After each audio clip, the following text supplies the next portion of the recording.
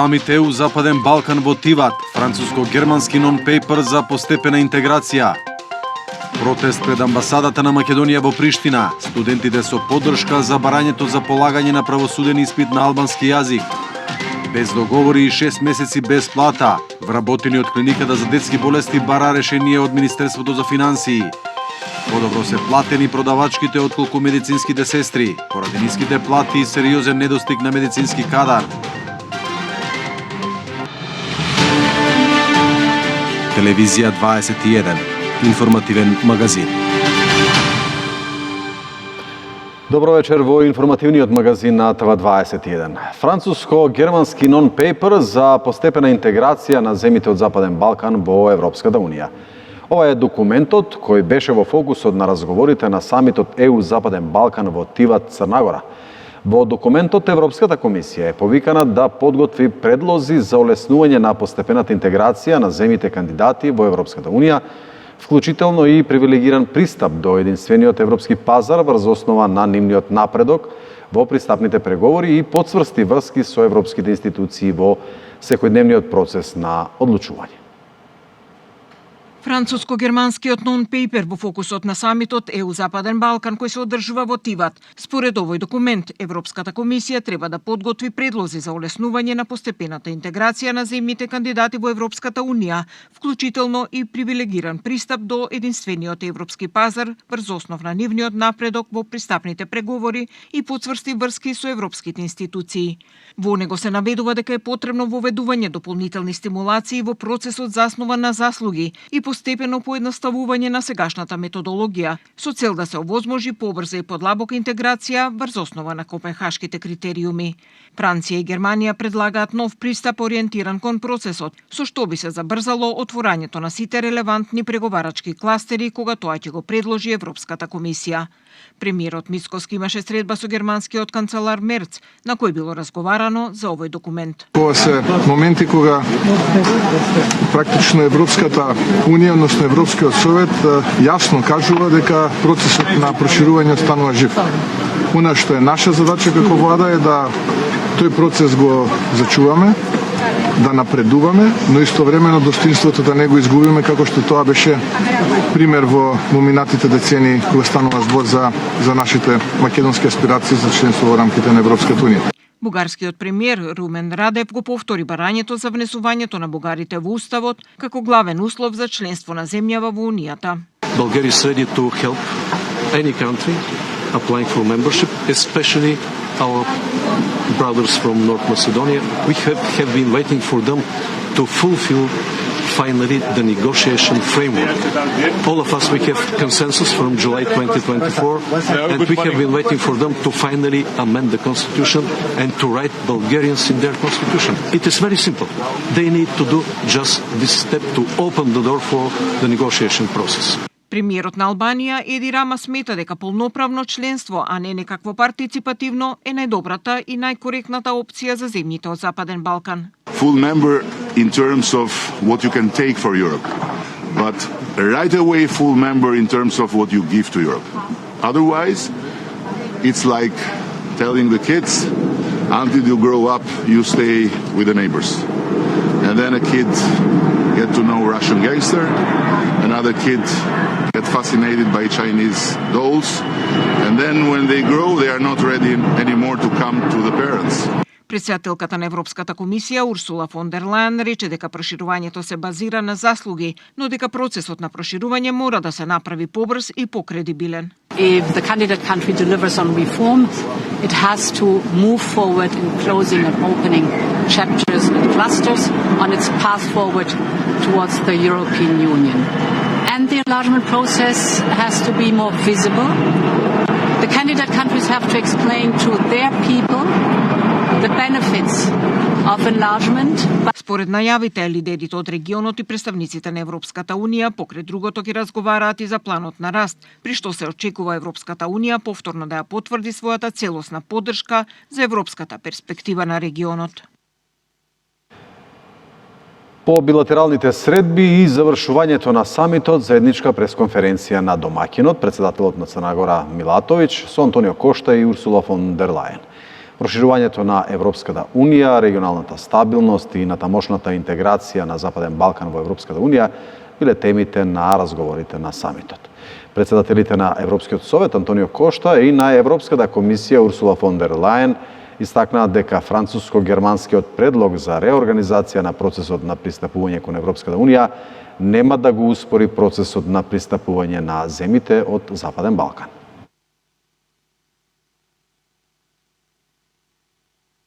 And from the side of the candidate states, everybody needs to work faster and harder. And this is our commitment. On the other side, we can try to simplify the bureaucratic procedures in all of this process.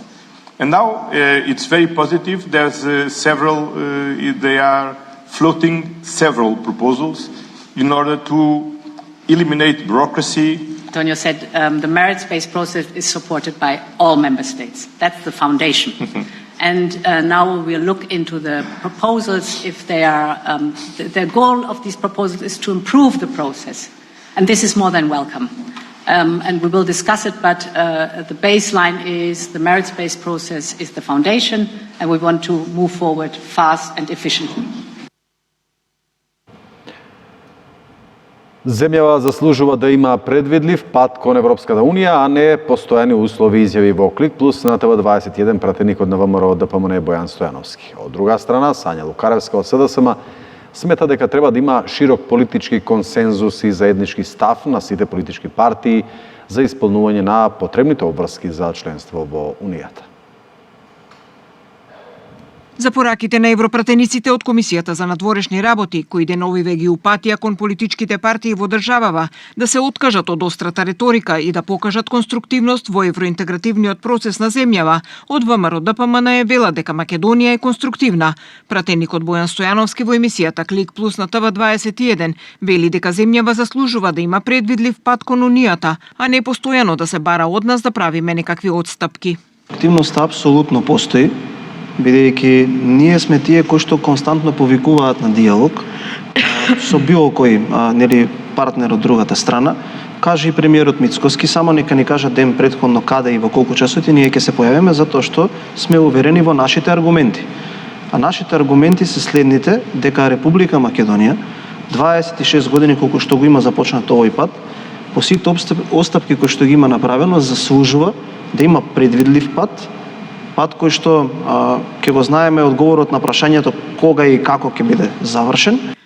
Од СДСМ пак повторно со повик за градење заеднички настап на сите политички партии за деблокирање на патот кон Европската Унија. Пратеничката на СДСМ Сања Лукаревска вели дека за ваквите стратешки прашања е неопходен широк политички консензус.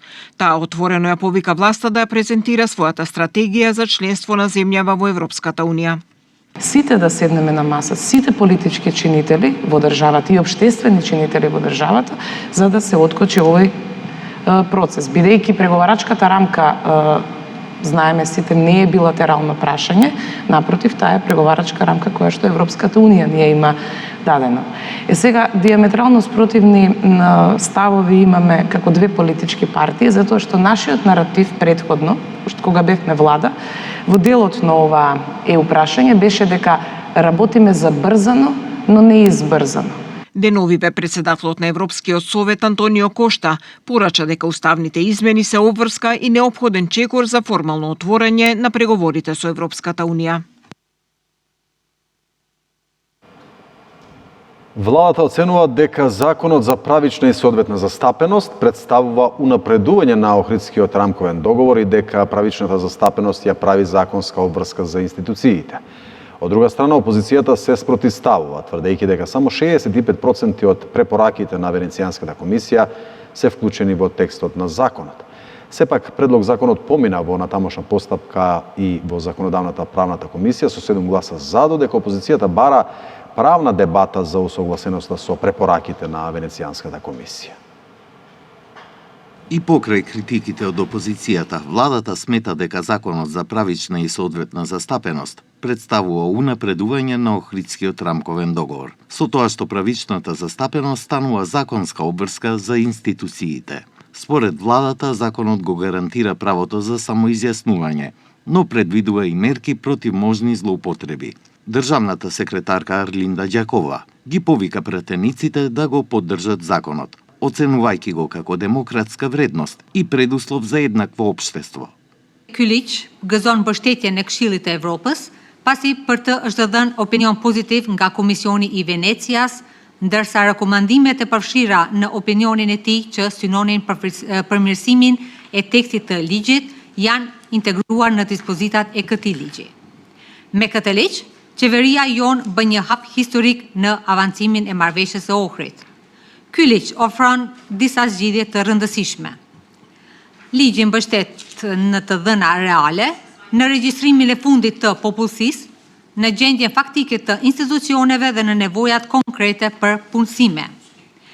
Përfaqësimi i drejtë dhe adekuat bëhet obligim ligjor për institucionet dhe nuk do të varet më nga vullneti i një drejtori, i një ministrie apo nga interpretimi subjektiv i kujdo. Опозицијата ги отфрли тврдењата на владата дека законот за правична застапеност е целосно усогласен со препораките на Венецијанската комисија.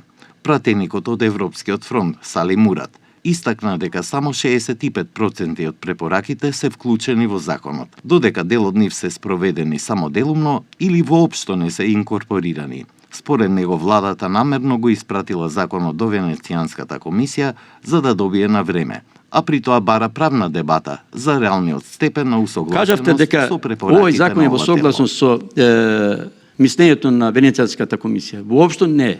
Имаме една длабока анализа која фактички повикувам и вие да анализирате околу 70 точки таму. 65% е, почитам председателе, вградени се препораките на Венецијанската комисија во овој закон. Од нив 4 се усогласени, 5 се делумно усогласени и 3 неусогласени. Ние знаеме дека намерно испративте законот во Комисија за Венеција за да добијате време. Негативното салдо на заедниците да биде повисоко. Еве, кажувавте дека зошто скриете фактот дека се е усогласено со Венецијанска комисија. Па дај, еве да седнеме нашиот правен тим со вашиот предлагачи да видите во очи колку фактички недостасуваат. Еве, анализата покажува се.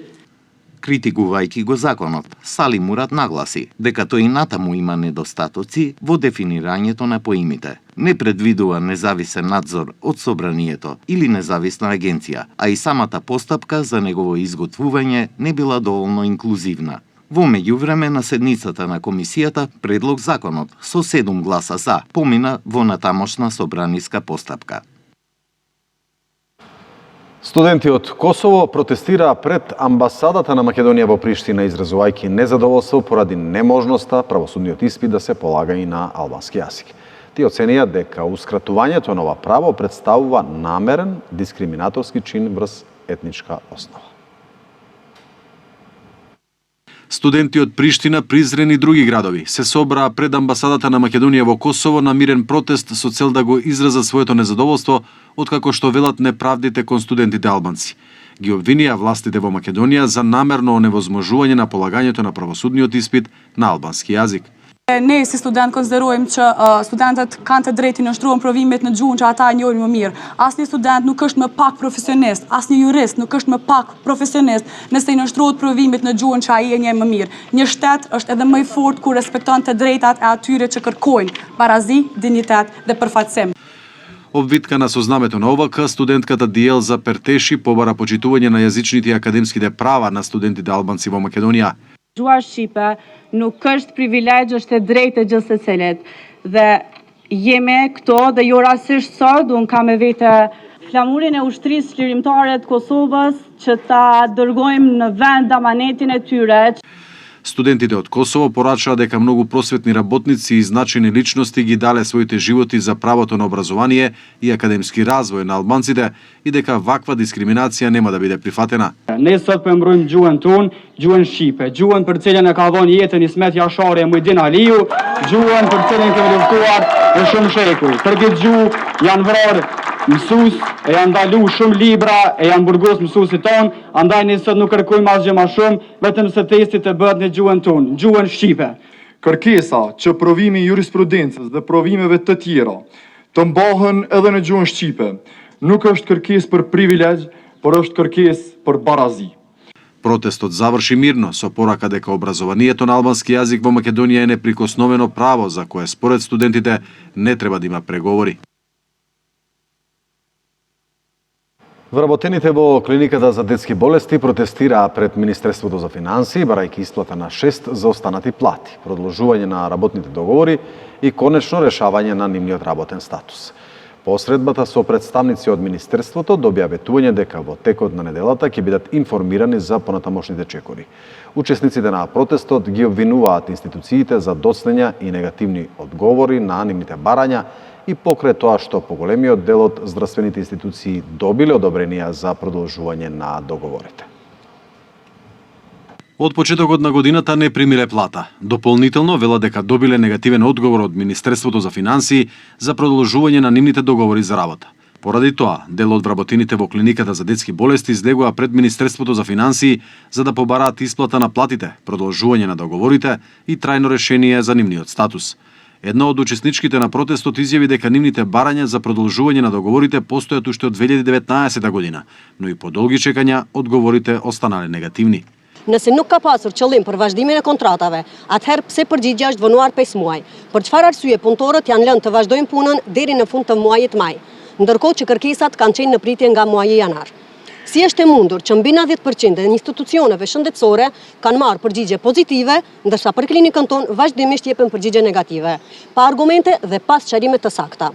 По оваа изјава вработена во Министерството за финансии, која се представи како шеф на кабинетот на министерката Гордана Димитриевска-Кочевска, ги покани на средба.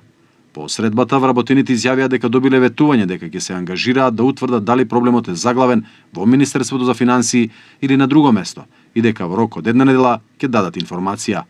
Po shpresat I kemi tek këto I kemi. Shtash tani çka do vendosin ato ne? Shtash Po besoj që po. Se tha ato vetë ishin, tha jemi kanë, tha e dimi çka do me thon spitali fëmijëve, çka do me thon se vetë ishin print ishin.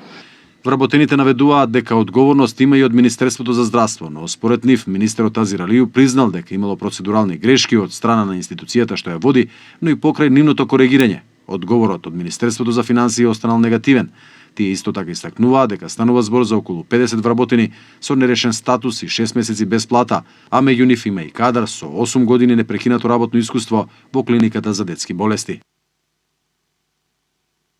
Додека едни протестираат за плата што не ја добиле, Лекарската комора алармира за недостиг на кадар во здравствениот систем. Поради ниските плати, медицинските сестри се почесто избираат работа надвор од здравствениот систем, бидејќи таму се подобро платени отколку во болниците, изјави претседателката на комората Калина Гривчева-Старделова.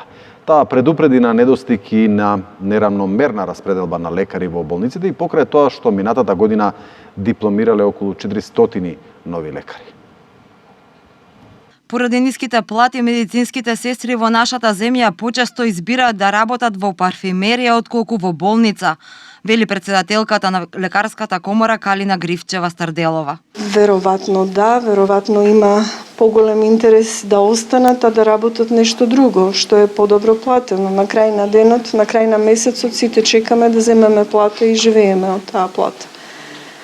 Ние имавме проблем да вработиме затоа што онаа сума пари што можеме да понудиме на сестра да работи во една болница која не е баш лесно да се работи, е помала од работно место во парфимерија или помалце платено од тоа. Гривчева истакна дека минатата година дипломирале околу 400 нови лекари и предложила тие да бидат вработени, но како што додаде, младите лекари немаат обврска при полагањето на државниот испит и при запишување во регистарот да дадат информации дали ќе останат во земјата или ќе заминат, па затоа не се знае вистинската причина за недостигот на лекари.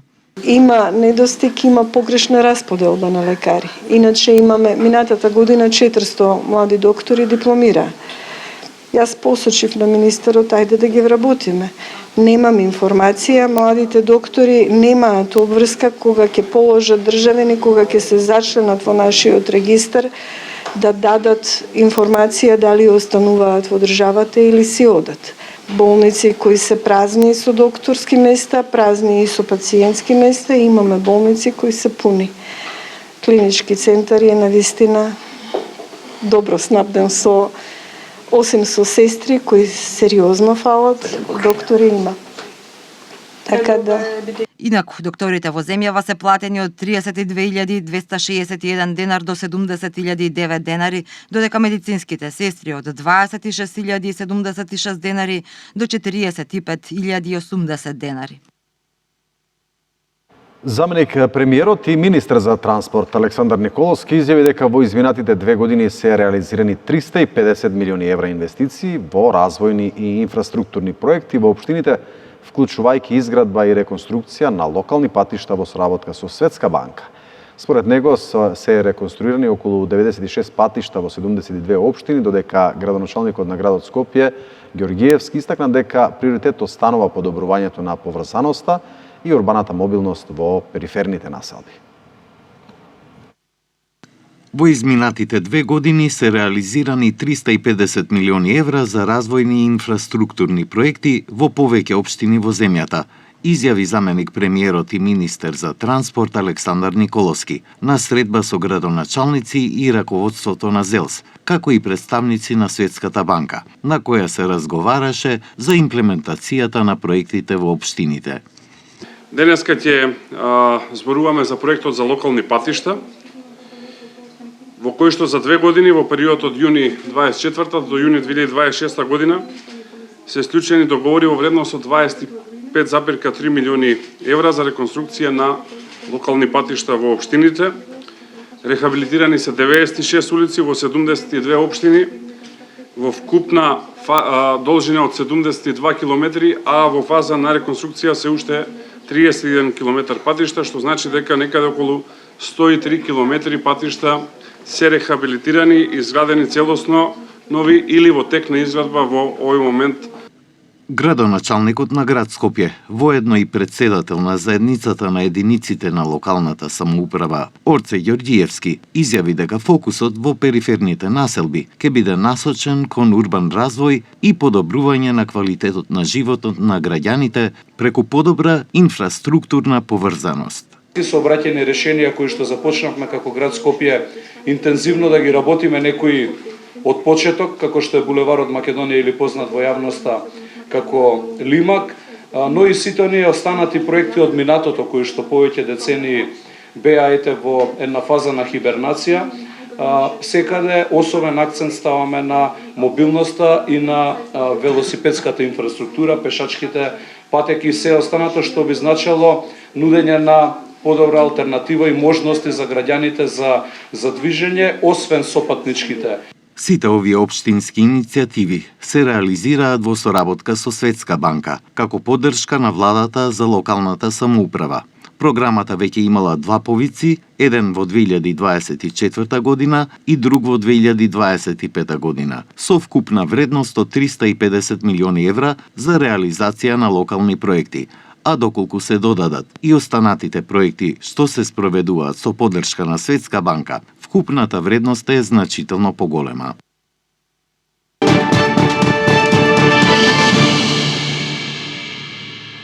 Минути за вестите од светот. 7 лица загинаа во израелски напад врз градот Тир во Јужен Либан, соопшти представник на либанската цивилна заштита. При напад во близина на болницата Джабал Амел загинале 4 лица, а 7 се повредени. Објектот претрпел помали оштетувања, а во друг напад во истиот град загинале уште 3 лица, а 5 биле ранети, меѓу кои 2 деца, соопшти истиот извор. Во меѓувреме, израелската армија предупреди дека ќе гаѓа 2 објекти на проиранското движење Хезболах северно од реката Литани и повика на евакуација на населението од 3 населби оддалечени околу 40 км јужно од Бејрут.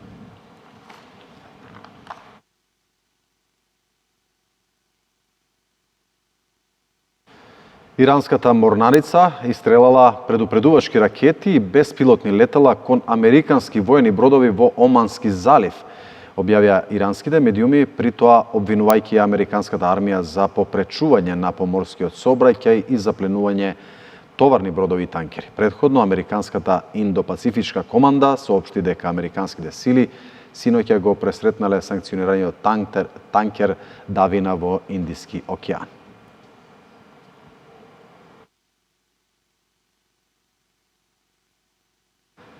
Четири лица загинаа во руски напад со дрон врз предпријатие од прехранбената индустрија во Киевската област, соопшти локалната администрација. Началникот на регионалната администрација Микола Калашњук изјави дека нападот предизвикал пожар во административна зграда во фабричкиот круг на предпријатието, при што дел од објектот бил уништен. Информациите се објавени преку порака на Телеграм, додава тој.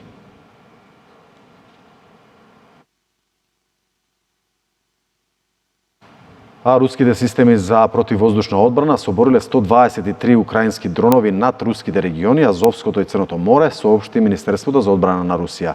Градоначалникот на Москва, Сергеј Собјанин, информираше дека системот за противвоздушна одбрана соборил дрон кој летал кон рускиот главен град. Претходно беше објавено дека се уништени уште 2 украински дрона насочени кон руската престолнина.